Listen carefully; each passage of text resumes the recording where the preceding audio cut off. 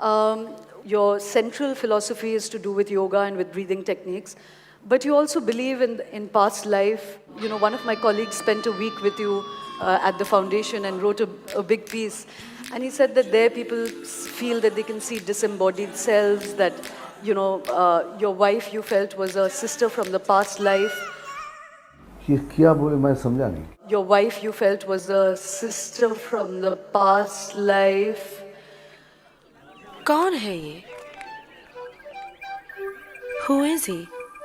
He is a spiritual teacher, a global philanthropist, and the best-selling author who's known for challenging how we think about life. When it comes to life, it doesn't matter what you say, what you think, what you do, what I say will happen. So I am an authoritarian because I don't listen to anybody. I am an absolute authoritarian. If God comes, I will not listen to him because I know better than him. If God comes, I will not listen to him because I know better than him. थोड़ी मर्यादा रखिए. This sounds absolutely egoistic, stupid, Mike Tyson-like.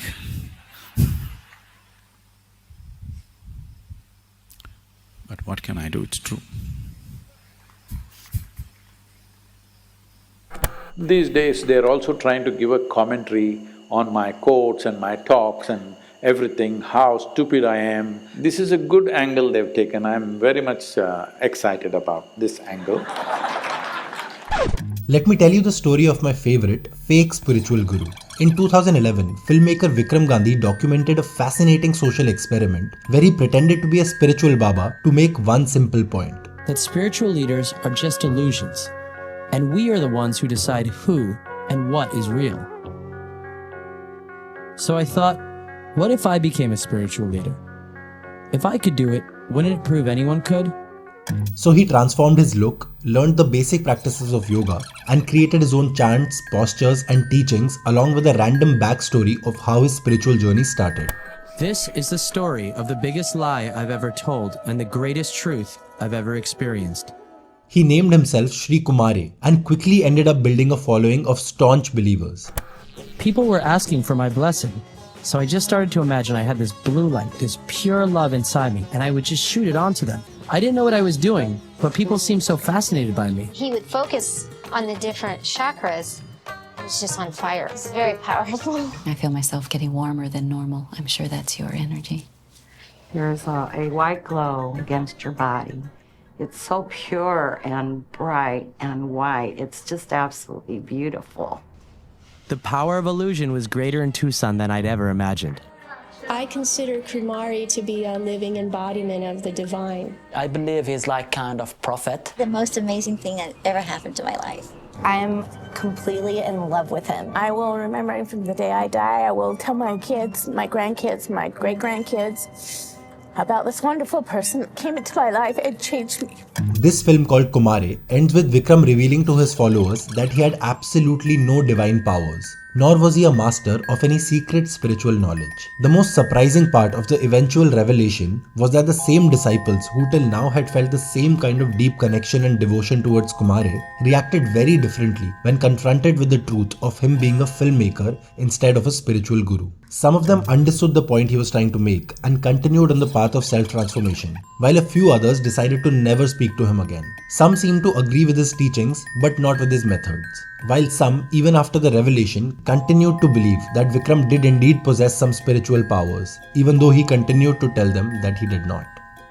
This whole thing is a big trick to help people realize that they do not need a guru, that everything they want, all their happiness is inside themselves. That the same good that you see inside this man, you also have inside yourself.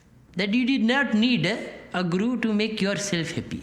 But this simple truth that self-proclaimed spiritual gurus are just normal human beings like the rest of us has always been very difficult for the majority of people to accept, and thus they continue to flock in large numbers to these Babas in search of some solace from the complexities and problems that confront human life. If your intelligence was working for you, if your thoughts and emotions happen the way you want right now, would you keep yourself blissful or stressful? Blissful. Blissful? Of course. Why is that not happening? You're right. Now, the promise of transforming one's stress into bliss presents an incredible business potential for these spiritual gurus, which is why they keep springing up across generations claiming to have the most accurate answers for all your questions, ranging from the existence of God to the meaning of life and the mystery of death, from what to eat to what to wear, how to sleep, who to marry, and even more important questions like, can wasting our semen damage us spiritually? Can we have the truth about masturbation? Well, if this question is coming because you are using it to spill it on the JNU bed sheets, if that's how you're using it, well, that's your compulsion, you're doing whatever you're doing. And of course, a know-it-all Baba like Sadhguru then proceeds to confidently give the most unscientific and illogical answers you've ever heard. For example, if a woman delivers a male child, the quality of the milk that she produces is in a certain way. If she delivers a female child, the quality of the milk is totally different. If she delivers twins, one male and one female, one breast will ooze certain type of milk, another breast will ooze another kind of milk. Kuch bhi! If I take a glass of water in my hand and just look at it in a certain way and give it to you, well-being will come to you. If I look at it another way and give it to you, you will fall sick tonight. जनता को आप मूर्ख समझना बंद कर दीजिए। After a person dies, most of the time up to 14 days, fingernails grow, hair grows. I've actually seen a burning body getting up and walking. They've set fire to it, it's burning, but it gets up and walks. फेंको अपनी पूरी शक्ति के साथ फेंको। If you put your head to the north and sleep, you could have disturbed sleep. It is possible that you can have a stroke or you could just die in your sleep. नहीं। So if iron is floating around in your blood and if I put a very powerful magnet to the top of your head, it is possible that slowly blood may start moving in that direction, isn't it? No! Now such spiritual gurus like Sadhguru, aka Jaggi Vasudev, are actually not the guru or master of spirituality, but indeed masters of storytelling. Human beings need stories to live with. And end up running successful businesses based on their fictional stories, which in turn seem to be based on WhatsApp forwards. WhatsApp is their source of knowledge. And besides the clothing, it's hard for me to differentiate between these spiritual babas and my colony's WhatsApp uncles. I want you to understand, we can make you believe just about anything. If you work hard enough on you, we can make you believe anything. But being factually and logically incorrect will never stop Godmen like Jaggi Baba from repeating the same claims over and over again, because his intention anyway is to establish himself beyond the realm of science. So your idea of science has to change if you have to dwell if you want to enter into certain other dimensions. Now on one hand, Jaggi Baba projects science as a concept which is inferior to the concept of spirituality, while on the other hand, he conveniently uses scientific terms like engineering, technology and dimensions over and over again to sound smart and updated with the modern world. You see today people are deeply engrossed in their iPhones, but what about the eye? You need to expand the dimension of your perception. So, I would say spiritual process is far closer to scientific enquiry like a science. So we call this inner engineering, it's a technology for well-being. Now the saddest part about the dissemination of such misinformation in the name of spirituality by Babas like Jaggi is that a lot of it is happening at events in India's top science colleges like IITs, AIIMS and JNU.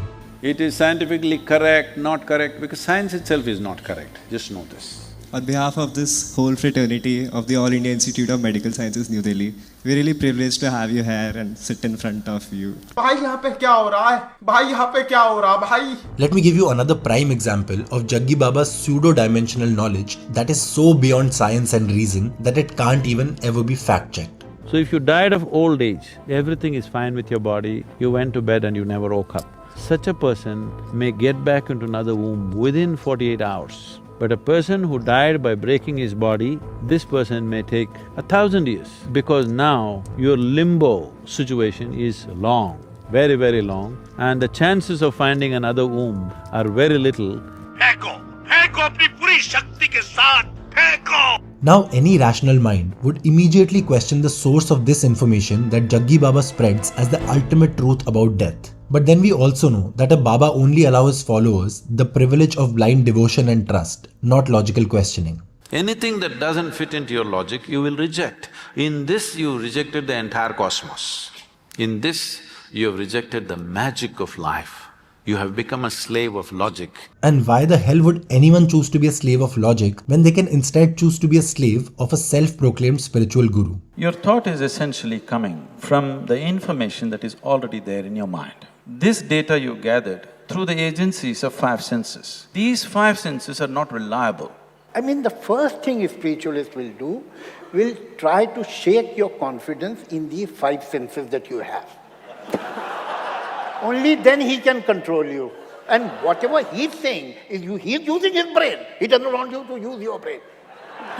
Even if you think that the mind is not everything, that too has come from the mind. If you don't trust mind, how do you trust this thought? Whatever expansion happens in your mind. And you cannot undermine it. And whoever suggests that that is to be undermined is playing a very dangerous game with you. Now the likes of Jaggi very well understand the loss of credibility that religion has faced over the last couple of generations due to the progress of science. So he smartly pretends to distance himself from the concept of religion and distinguishes it from the concept of spirituality. There's always been a debate about these two terms, religion and then spirituality. There are people who feel like, I'm not religious, I'm spiritual. To those people who are at the crossroad between religion and spirituality, what is your answer to that dilemma? The basis of spirituality is a realization that I do not know.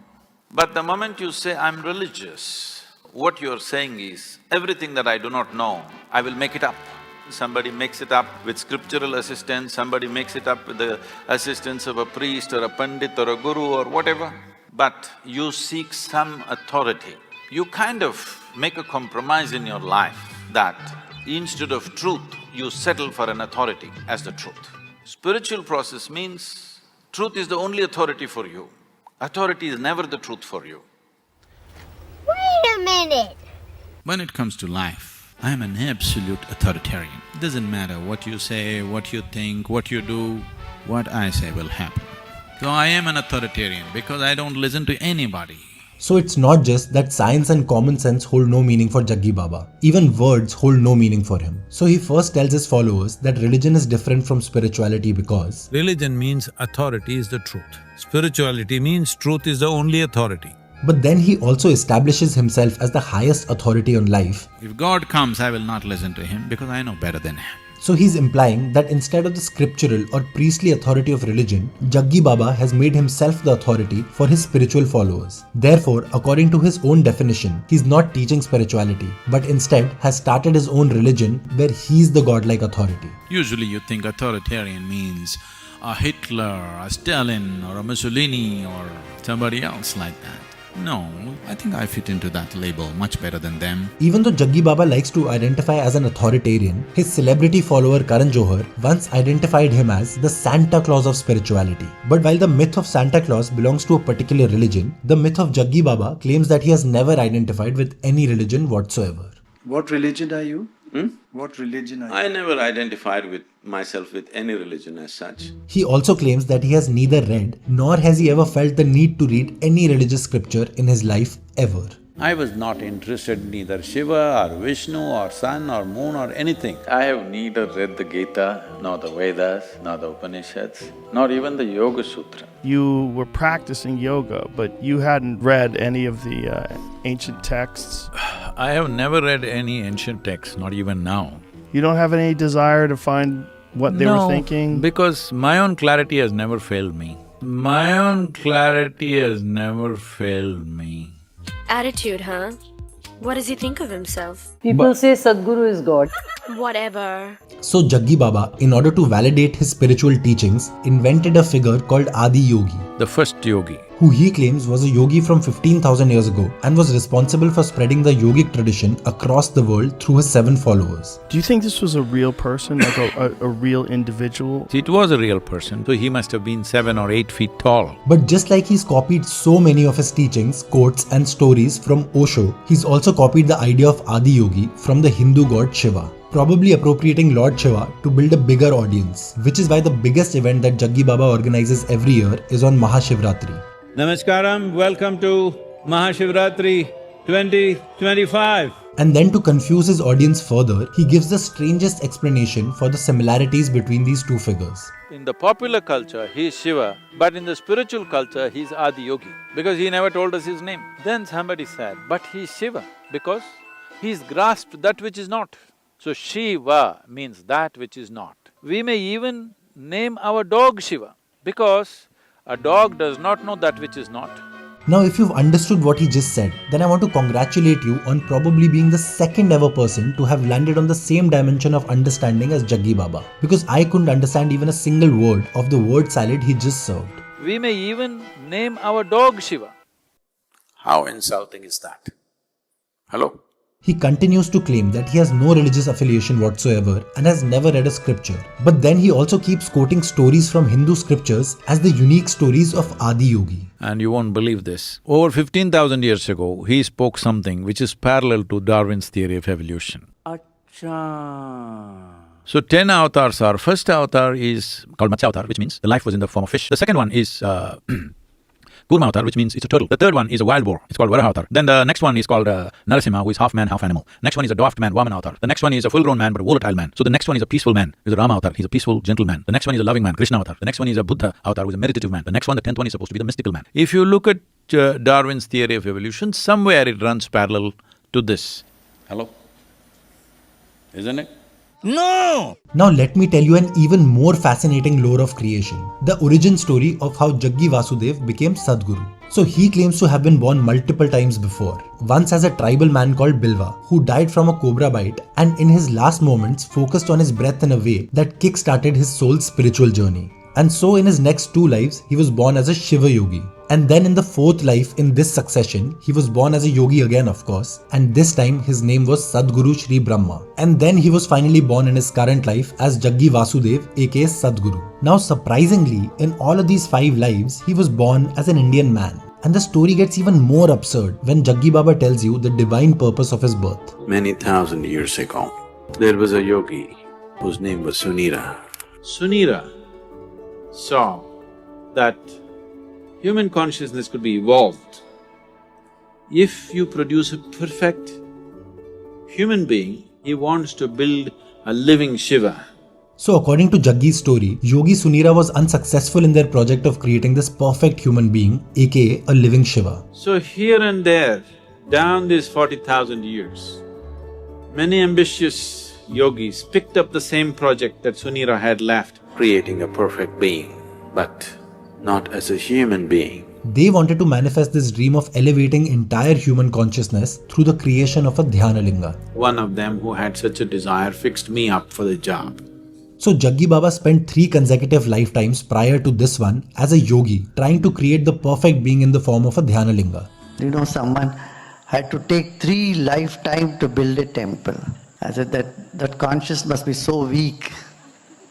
A jnani will not have to wait for 3 lifetimes to build 1 temple. Jaggi Baba, in his justification to this, says that something or the other kept going wrong in his previous births. So to ensure the completion of this 15,000-year-old divine project, in his life just previous to this one, before dying as Sadhguru Shri Brahma, he had already pre-planned the exact conditions of not only his own birth, but also the birth of 2 other people whose powers would be combined with Sadhguru's to consecrate the Dhyana Linga. This round when we came, we planned everything to a point where we decided a few people that I need, where they are born, in which womb, how. I place them in the right kind of places so that everything comes together at the right time.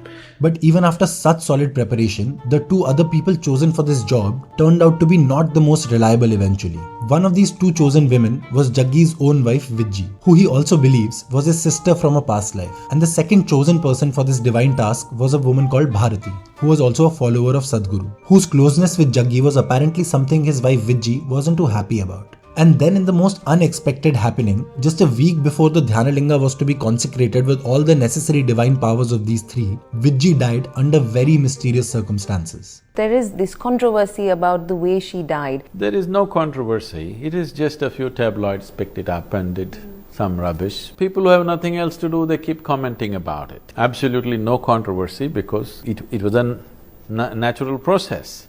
According to Jaggi the master storyteller, his wife Vijji took Mahasamadhi. which is the mythical process of consciously leaving one's own body. Now, the followers of almost every Indian spiritual guru claim that their guru attained Mahasamadhi instead of dying a normal human death. Now, while this concept might sound divinely natural for the followers of these spiritual Babas, but according to law, it's considered an unnatural death. It was a natural process. And it's always been there in our cultures. Paramahamsa Yogananda sat in front of 700 people, announced that I'm leaving my body now, and he left.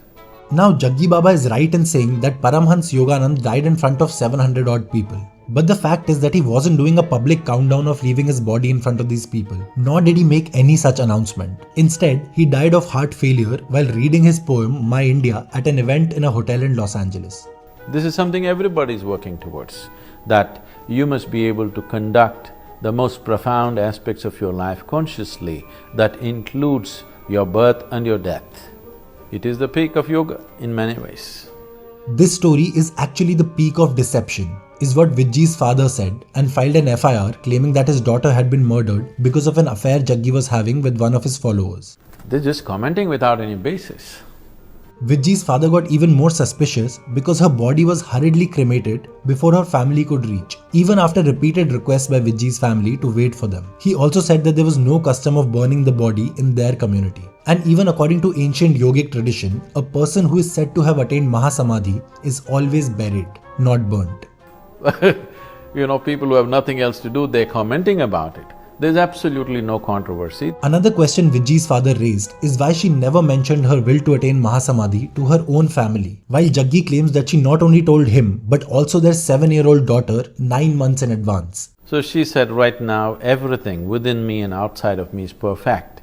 This is the time I want to attain to this. After the FIR was filed, by the time the police reached Jaggi's ashram for investigation, he had already flown to the US, and no credible evidence was probably found because Vijay's body had already been burnt. But our master storyteller Jaggi continues to completely reject all such allegations of any wrongdoing raised by Vijay's family. They're just commenting without any basis. If anything like that was there, you think all these young people would be around me, supporting and making things happen? This case is so murky and suspicious that even his young fans, who generally blindly believe him, seem a little unsure about Jaggi's involvement in this case. Of course, we cannot come to a conclusion about his wife. We are not sure. We only know what he is saying. And what Jaggi Baba mostly says is so ridiculously absurd that even other spiritual gurus who politically align with him have started calling him out. For example, this is what Ravi Shankar had to say about Jaggi's story that his wife Vijay had to remove all the rings from her body before attaining Mahasamadhi because metal restricts one's soul from leaving their body. I mean, how can intelligent people believe in such thing? You remove a ring and somebody died. This is like fantasy stories, cheap tactics and fooling people. Talking of cheap tactics to fool people, Jaggi Baba doesn't only sell 1,000 products through his different brands, he also sells the lie of having experienced extraterrestrial life so that he can sell his sacred walk tour to Kailash Mansarovar, where a seat could cost you as much as 50 lakhs. We attracted certain life which doesn't have any texture of earthly life. And how do you conduct these experiments?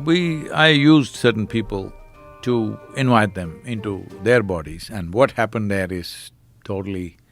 And see, this is Kailash. It is the greatest mystical library on the planet. That place? Yes. Kailash. And if this wasn't enough of a cheap tactic to fool people, Jaggi Baba has also tried to validate his divine existence by pretending to drink cobra venom on stage. We have some venom from a black cobra. And common sense says that the cobra venom must have been as fake as all the stories he peddles about himself.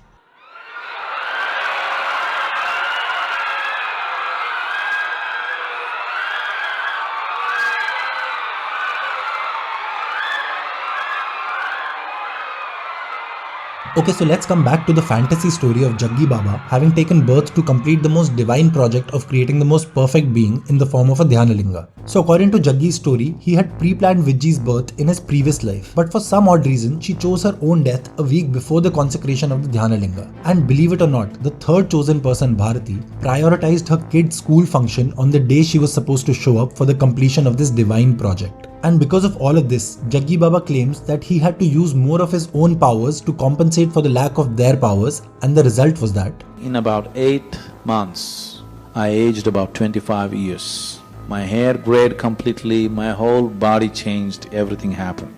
Everybody knew anyway I'm going to die shortly. But then he claims his followers forced him to wear an ankle ring which uses the collective power of his followers to keep him alive. Which sounds weird, not just because it is a ridiculous story, but also because Jaggi Baba claims that he has miraculous powers to heal himself. So then why does he need the power of his followers to protect him? I just, in a field hockey game, I fractured my left ankle, and by then I had also become a chronic asthmatic, and I had a very severe bout of asthma. And this pain and this inability to breathe together, they were quite something. At that moment it occurred to me, if the maker of this body is inside, why is it that I cannot mend this from inside? I sat down with my eyes closed for about little more than an hour. When I came out, my asthma left me, never to come back again. And above all, my fractured leg was perfectly okay in little more than an hour's time. Over the years, it seems Jaggi Baba has converted his magical healing powers to magical storytelling powers. Because in the recent past, he's had to visit the hospital a few too many times. So 3 years ago, it so happened, I was playing soccer with the kids and I tore my left knee. Then the only damn game I can play is golf. His divine powers might not allow him to play hockey and soccer anymore, and only allow him to play golf. But he still claims to have a fairly divine immune system. They said my immune system is about 5 times stronger than what is considered normal. I didn't even catch a cold, okay? Wait a minute. Sadhguru has a slight cough and cold, so I'm sorry.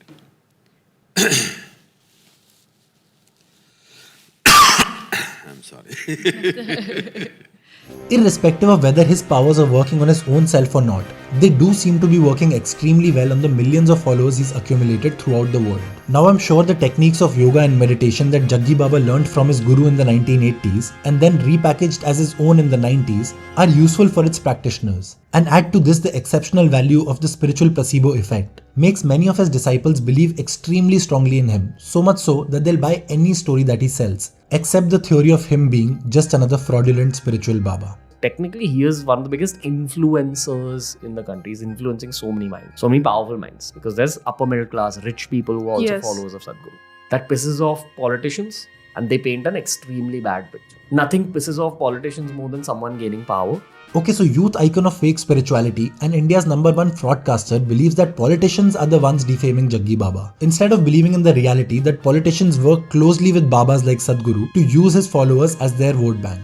And in return, Babas like Jaggi use the politicians' political power to keep growing their business and personal influence with total immunity. Because the central government is Bharatiya Janata Party, of course, I will do everything possible to support this because it matters for the country. Even though Jaggi Baba's foundation has active projects with many state governments across political parties, especially in southern India, his affiliation with the BJP and Modi government keeps growing stronger by the day. Our beloved Prime Minister, Narendra Bhai Modi, our beloved Prime Minister, is many things, but he's a yogi to start with. And he doesn't stop at just opening up his audience to the BJP. He goes far ahead of this and brainwashes his spiritual audience with BJP's dangerous communal agenda. Our former Prime Minister said, the first access to all resource must be to the minorities, particularly to the Muslim minorities. Islamic invasions, they've done terrible things to us. Thousands of temples were raised and it will be raised in future also. People are afraid because they know if the numbers increase, what will happen to them? The majority communities, they're trying to protect their rights because they feel threatened. We call ourselves a secular country, which we are not. This is Hindustan, land of Hindus. We must rename this country in a way it reverberates in everybody's hearts. Wow. Now it's no surprise that the self-proclaimed authoritarian also likes authoritarian politics. And in the world's largest democracy, Jaggi is absolutely free to have his political opinions and express them freely. And I truly believe in this, despite my burning desire to tell him that. You are a bloody fool, you're destroying the democratic fabric of a nation. But instead of using such harsh words for Jaggi Baba, I'd rather remind the audience that on one hand he promotes religious nationalism in the political sphere, while in the spiritual realm, he only propagates international secularism. If human intelligence does not tie itself down with identity, every human being will realize the nature of life. Acha. The moment you identify yourself with something, nation or race, religion, whatever, your intellect's work is just to protect that identity. So the only thing I did with my life is, I never identified myself with anything, and life just exploded within me. I really wish Jaggi Baba stresses more on this idea of giving up these identities to truly feel life explode within you, rather than making the majority's emotions explode on the outside by instilling fear and anger within them against the minorities. Constantly talking minoritism, people feel uncomfortable. What is going to happen to us? Whether it's real or it's just perceptional, it doesn't matter. But this feeling is strong. But irrespective of what scam Jaggi Baba pulls and how many times he's exposed for it, his immaculate propaganda skills have ensured that his followers will never believe that he's the perpetrator of any wrongdoing, and instead will always see him as the victim of vicious propaganda. He's always been portrayed as a negative person, not just him. Anybody who's coming as a representative of a Hindu, teachings, just because of this conditional, this mindset. Anything about Hinduism is something, it's not good for us. I mean, whatever said and done, one has to appreciate the business acumen of Jaggi Baba. That even after the failure of his first two business ventures related to poultry and construction, he quickly cracked the business of spirituality and turned himself into a brand that started with selling the idea of enlightenment and now sells everything from temple products to jewelry to dosa mixes. And through his master storytelling, he's probably managed to become India's most watched English-speaking godman. Our video views are 2.2 billion. 2.2 billion video views? Yes. Why?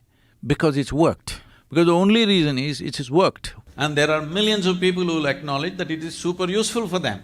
If you think it's trash, it's unfortunate.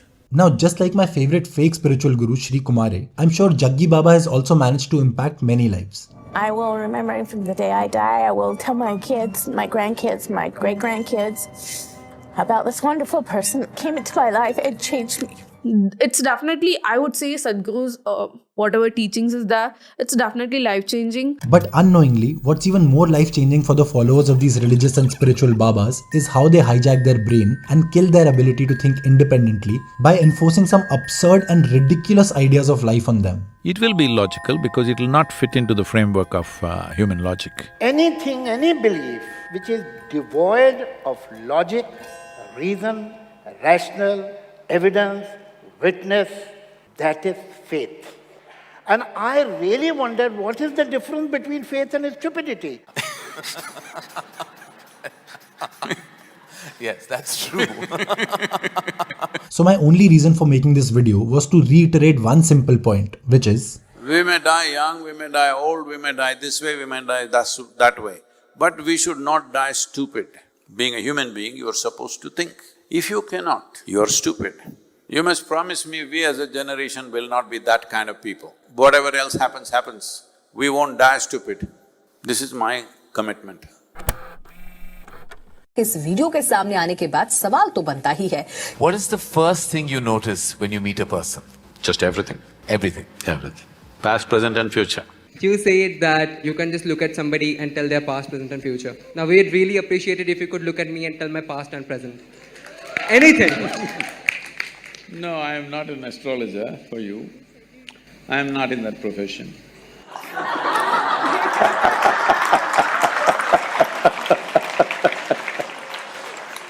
We have nothing against anybody, but if we do not protect what we value in our lives, we are not good human beings. So this is not to fight somebody, this is not against anybody, but this is to preserve what is precious to humanity.